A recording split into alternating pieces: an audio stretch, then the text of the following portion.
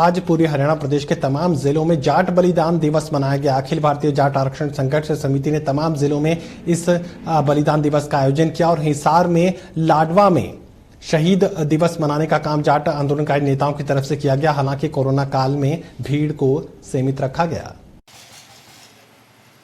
हरियाणा में जाट आरक्षण आंदोलन का जिस जगह से आगाज हुआ, हम उसी जगह पर मौजूद हैं। हिसार जिले के लाडवा गांव में जाट बलिदान दिवस मनाने का काम तमाम जाट संघर्ष समिति से जुड़े नेताओं की तरफ से किया गया है। कोरोना काल में बहुत ज्यादा भीड़ नहीं जुटाई गई है, लेकिन तमाम पदाधिकारी और सुनील शोराण जो शहीद हिसार जिले के लाडवा गांव का था, जाट आरक्षण आंदोलन में सबसे पहला शहीद उसे माना जाता है, उसके परिवार के लोग यहाँ मौजूद हैं। मुझे ये बताइए कि किस तरीके से आज जाट बलिदान दिवस को प्रदेश स्तर के कार्यक्रम के रूप में हिसार में आयोजित करने का जो तय कार्यक्रम था उसे बदल क्यों दिया गया? सरकार के द्वारा और जो आजकल एक बहुत बड़ी बीमारी चल रही है, महामारी चल रही है, इस महामारी को देखते हुए हमने पूरे भारतवर्ष के जो भी 36 बरादरी के नर नारी हैं उनके मान सम्मान को देखते हुए हमने प्रोग्राम बदल दिया। नहीं तो ये प्रोग्राम प्रदेश स्तर पर शहीद सुनील शोराण का मनाना था, उसको कैंसिल करके हमने इसमें प्रशासन की भी मानी, सरकार की भी मानी, बीमारी की मानी। लेकिन सरकार हमारे को बदनाम करना चाहती थी।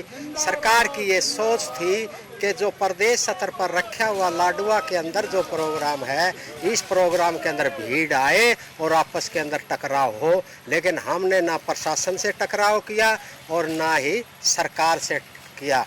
2007 से, जैसे आपने बताया कि 2007 से जो शुरुआत की गई थी आरक्षण की मांग को लेकर के, जाट समाज की जो मांग रखी गई थी, जिसके अध्यक्ष राष्ट्रीय अध्यक्ष यशपाल मलिक जी थे, उनके द्वारा यहाँ एक बहुत बड़ा प्रोग्राम रख के और शुरुआत की गई कि जाट समाज आरक्षण लेके रहेगा।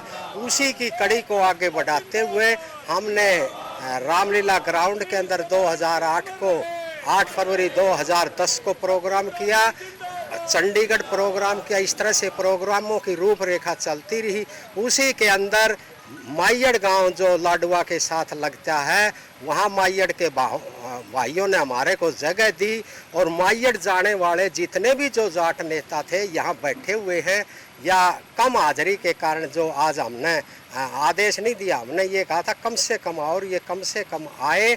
और इनके द्वारा हमने नम्र निवेदन किया माइयड़ गांव से कि हमारे को जगह दो। इन्होंने जगह दी माइयड़ गांव ने, और उस जगह के ऊपर एक बहुत बड़ा प्रोग्राम हुआ। उस प्रोग्राम के अंदर आरक्षण की मांग को लेकर के पहली जो कुर्बानी दी गई 13 सितंबर 2010 को सुनील शोराण, जिसका गांव लाडवा था, लाडवा के द्वारा कुर्बानी दी गई। मुझे ये बताइए कि मौजूदा हालात अब क्या कुछ बने हुए? आरक्षण तो एक तरीके से दूर की कौड़ी हो चुका है और अब कह सकते हैं कि जिक्र तक नहीं हो रहा इस बात। ये तो सिर्फ आप ही कह रहे हैं, सीआईडी वाले तो हमारे पे विश्वास नहीं कर रहे। कुछ एक पदाधिकारी आप देख रहे हैं हमने बुलाए हैं, लेकिन सीआईडी अब भी शक कर रही है। बोला भाई तारे पे विश्वास को नहीं कर रहा, हमारा पे क्यों नहीं? अखिल भारतीय जाट आरक्षण संघर्ष समिति के प्रदेश महासचिव राम भगत मलिक भी इस कार्यक्रम में मौजूद है। मुझे ये बताइए कि सवाल मेरा जो इनसे था वही सवाल आपसे है कि अब जो मौजूदा हालात बने हुए हैं, तमाम वायदे सरकार की तरफ से किए गए, लेकिन आरक्षण को लेकर अब किसी तरह की ना कोई बातचीत है और ना ही कोई उम्मीद बची है। देखिए, ऐसा नहीं है कि भाई जाट समाज आराम से बैठा है।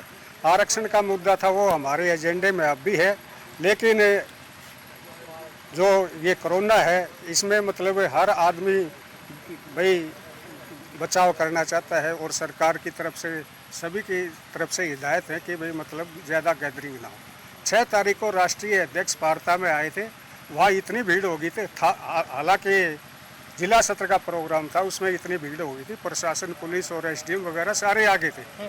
तो इसलिए यहाँ जो प्रोग्राम रखा गया है पहले राष्ट्रीय सत्र का रखना था, इसलिए हमने सीमित करके ना इसको जो मेन पदाधिकारी हैं जिले के उनको बुलाया। राम भगत मलिक जी, बलिदान दिवस में भीड़ कितनी जुटी सवाल ये नहीं है, सवाल ये कि आरक्षण की लड़ाई किस आगामी रणनीति पर लड़ी जा रही है, तो सवाल वो सामने है। देखिए, लड़ाई अभी हमारी जारी है।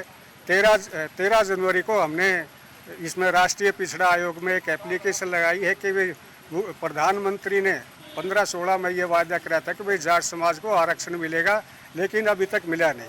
हमारी हरियाणा सरकार ने पास कर दिया, फलाना कर दिया, सारे मतलब अभी तक सरकार हमारे को गुमराह कर रही है।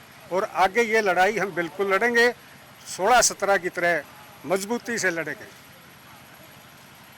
लड़ाई मजबूती से लड़ेंगे, लेकिन किसी तरह की रणनीति का खुलासा आप लोग नहीं कर रहे हैं। रास्ता क्या होगा, किस तरीके से आगे बढ़ेंगे? रणनीति तो आपको पता है भाई, सारे प्रदेश में, सारी दुनिया में कोरोना का ये जो कहर आया हुआ है, इसकी वजह से, तो इसलिए हमने भाई दो टूक ये बात कही जा सकती है कि अखिल भारतीय जाट आरक्षण संघर्ष समिति जिस तरीके से पूरे आंदोलन को आगे बढ़ाने का काम कर रही थी, अब साफ तौर से ये बात कही जा सकती है कि कोरोना काल में तमाम जाट आरक्षण आंदोलन से जुड़े नेता अब चुप्पी साधते हुए नजर आ रहे हैं और साफ ये बात करें कि कोरोना काल की वजह से ही वो आगामी संघर्ष की रणनीति का ऐलान नहीं कर रहे हैं, ज्यादा भीड़ नहीं जुटा रहे हैं और इसी वजह से एक छोटे से कार्यक्रम में और तमाम अलग अलग जिलों में इस तरह के कार्यक्रम आयोजित किए गए और उसमें जाट समाज की तरफ से अपने शहीदों को, अपने बलिदान देने वाले युवाओं को याद किया गया।